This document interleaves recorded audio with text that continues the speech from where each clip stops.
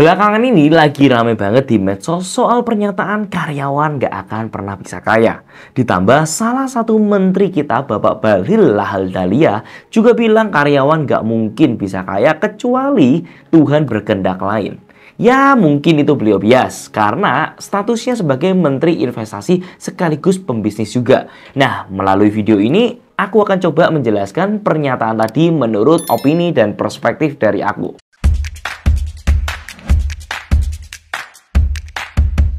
Pertama-tama yang harus kita bahas adalah apa definisi kaya itu sendiri. Orang yang punya penghasilan 2 juta akan merasa orang yang punya penghasilan 10 juta itu adalah orang yang kaya. Tapi orang yang punya 10 juta mungkin ngerasa income-nya mereka tidak mencukupi kehidupan mereka. Akhirnya mereka butuh 20 juta untuk bisa menghidupi dirinya mereka. Dan ini nggak akan berhenti karena pada dasarnya manusia itu nggak pernah puas. Sebenarnya The Wealth Report 2002 yang dibuat sama perusahaan Knight Frank punya parameter sendiri untuk nentuin seseorang kaya atau enggak. Orang yang bisa dibilang kaya itu memiliki harta lebih dari 1 juta dolar atau sekitar 15 miliar. Wow, gila banget ya. Nggak heran cuma 0,05% orang di Indonesia yang bisa dibilang kaya. Nextnya, sebenarnya berapa sih rata-rata gaji karyawan di Indonesia? Sampai ada yang bilang statement seperti itu. UMR paling besar di Indonesia sebenarnya ada di Karawang. Per Januari 2023, angkanya ada di sekitar 5,2 juta. Aku coba hitung-hitungan pakai estimasi yang paling manis deh ya. Anggap aja rata-rata gaji karyawan 10 juta per bulan. Dengan gaji segitu butuh kurang lebih sekitar 1.430 bulan atau sekitar 119 tahun buat orang itu menjadi kaya. Itu aku ambil contoh 2 kali gaji UMR di Karawang. Kalau di daerah lain kebayangkan butuh berapa tahun. Dan aku juga asumsikan kalau 100% income-nya itu ditabung. Nggak ada pengeluaran sehari-hari dan tidak ada investasi sama sekali. Nah, kalau income-nya diinvestasikan, coba diskusi di kolom komentar. Masih possible nggak ya buat karyawan punya aset kurang lebih sekitar 14,5 miliar. Terus kalau mau jadi kaya, harus jadi pembisnis dong. Satu hal yang harus dipahami dulu. Resiko selalu sebanding dengan reward yang bisa didapatkan. Jadi semakin besar resikonya akan semakin besar juga potensi income atau loss-nya. Nah, buat kalian yang mikir bisnis itu gampang, aku mau kasih data yang sebenarnya. 8 dari 10 bisnis itu bangkrut di bulan 18 pertamanya. Jadi peluang untuk kaya dari bisnis mungkin lebih besar daripada karyawan, tapi resikonya yang ditanggung juga sangat-sangat besar. Kebetulan aku juga punya pengalaman di bisnis F&B sebelum masuk di dunia properti. Selama 2 tahun sampai 3 tahun, income yang aku dapatkan itu benar-benar stabil banget. Punya puluhan cabang di Indonesia sampai tiba-tiba ada pandemi COVID-19 datang dan akhirnya merubah konsep bisnisnya. Dari yang semula semuanya di mall dan itu baik-baik aja, omsetnya itu rame banget, omsetnya itu bagus banget, akhirnya bisa sampai bener-bener drop banget dan malah yang kemarin untung itu malah rugi jadinya. Dan itu minus berketerusan sampai beberapa bulan dan sampai tahunan. Siapa yang nyangka ternyata pandemi bisa kasih efek sampai separah itu. 30 juta UMKM bisa dikatakan bangkrut pada saat COVID kemarin. Tapi untungnya pada saat COVID itu aku juga mengalami kenaikan nilai-nilai aset yang cukup signifikan dari propertiku. Aku nggak bilang aku udah kaya, tapi dengan modal pas-pasan di 2019, pada akhirnya aku diberkati untuk bisa memiliki puluhan kos-kosan dengan ratusan kamar properti sampai di tahun 2023 ini. Walaupun ada resiko juga ya, di mana aku harus bayar cicilan KPR, tapi untungnya pada saat itu aku bisa mencicil propertinya itu sendiri karena sifatnya kos-kosan jauh lebih stabil dibandingkan dengan bisnis F&B.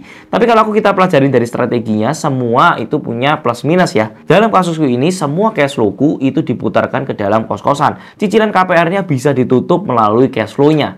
Keuntungannya aku puterin lagi untuk kembangin lagi propertinya. Sampai sekarang itu menjadi developer juga. Tetap ya, nggak gampang juga karena harus belajar dan prepare banyak banget hal sebelum melakukan investasi tadi.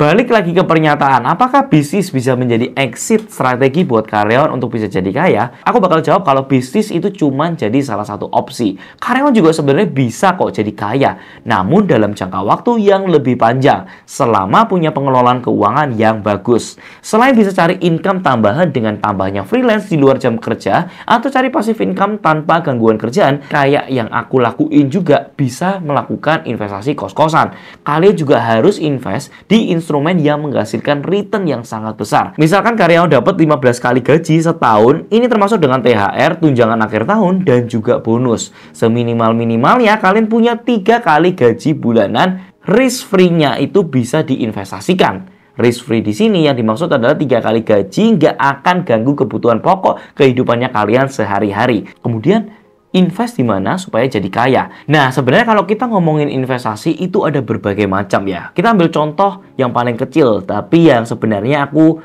kurang cocok juga dengan investasi di cryptocurrency. Kalau kita ngelihat di tahun 2021 sebenarnya ada banyak cryptocurrency yang naik hingga ratusan kali lipat dan ribuan persen dalam waktu 1 tahun aja. Bayangin kalau seorang karyawan masukin asetnya 10 juta ke Dogecoin pada akhir 2020, dalam 4 bulan asetnya sudah mencapai 700 juta lebih. Lebih gampang untuk menjadi kaya kan? Tapi jelas resikonya itu juga sangat besar ya. Invest di kripto memang punya potensi return yang gede, tapi resikonya juga jauh lebih besar. Makanya aku juga menginvestasikan ke kripto itu sangat-sangat kecil nominalnya. Nah, kemudian juga kalian bisa melakukan investasi di saham juga. Kenapa aku pilih saham dibandingkan dengan reksadana atau obligasi? Karena saham menurutku kasih return yang jauh lebih besar dengan resiko yang lebih kecil kalau kita itu benar-benar pelajarin. Aku pribadi juga diversifikasi, ada yang di properti, ada juga yang di saham US. Walaupun porsinya itu properti tetap jauh sangat lebih besar. Nah, pertanyaannya kenapa kok nggak saham di Indo aja? Ada saham di Indo, tapi juga ada saham di luar negeri. Karena kalau aku ngelihat, saham-saham di luar negeri itu menurutku jauh lebih dihargain. Dalam artian perusahaan yang memang terbukti bagus, pasti harganya akan jauh lebih cepat naik. Plus jaminan investasinya lebih banyak, kalian itu lihat sendiri deh. Return yang dihasilin itu dari saham-saham Amerika bisa seperti apa. Ini adalah chart yang sudah aku ambil datanya.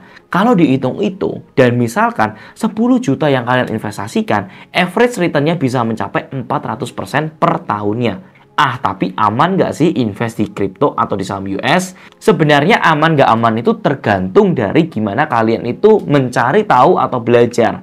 Nah, tapi kalau untuk aplikasi yang aman, itu aku menyarankan cari aplikasi yang sudah terpercaya dan sudah diawasin oleh Bapepti atau polisinya investasi di Indonesia. Ini juga bisa mengurangi resiko investasi kalian. Contohnya seperti brokernya kabur tiba-tiba.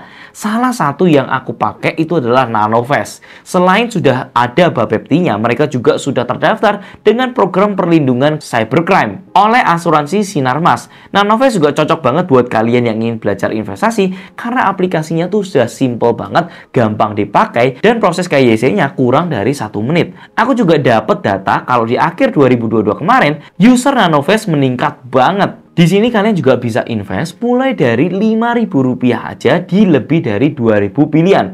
Mulai dari Tesla, Google, sampai Dogecoin aja juga bisa dipilih di sini. In the end, aku yakin banget mayoritas dari penonton ini adalah karyawan yang punya keinginan untuk bisa kaya dalam waktu yang singkat. Tapi sebenarnya ada konsep yang aku mau share. Mindset kalian bukan cepet kaya, tapi pasti kaya. Konsep ini aku dengar dari salah satu temanku, Raymond Chin, yang menurutku ini tepat banget ya. Jangan cari cepat kaya, tapi cari kaya pasti.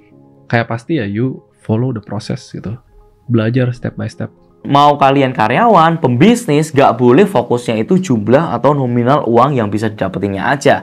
Kalau kalian cuma fokus sama nominalnya, ya sebenarnya judi itu juga bisa jadi exit strateginya kalian. Jadi buat kalian karyawan, lakukan hal-hal tambahan di luar pekerjaan yang bisa menambah income. Gak usah fokus sama nominalnya, fokus sama kekonsistensinya untuk dapetin passive income-nya waktu tua nanti. Sekali lagi, tujuannya harus pasti kaya, bukan cepet kaya. Caranya nggak harus jadi pembisnis kok. Kalian bisa jadi karyawan juga, bisa freelance, bisa investasi properti kayak aku, atau investasi saham dan diversifikasi setiap income yang didapatkan. Nah, buat kalian yang mau investasi saham US, kripto di aplikasi terpercaya, aku saranin untuk download dan register di Nanovest. Linknya udah aku taruh di link description. Jangan lupa pakai kode referral ini buat dapetin bonus-bonusnya. Kurang lebih videonya seperti itu aja. Jika teman-teman merasa ini videonya bermanfaat, kalian bisa bantu share ke teman-teman kalian semua, dan pastikan kita semua bisa menjadi kaya bareng. Thank you for watching and I'll see you in the next video. See ya guys.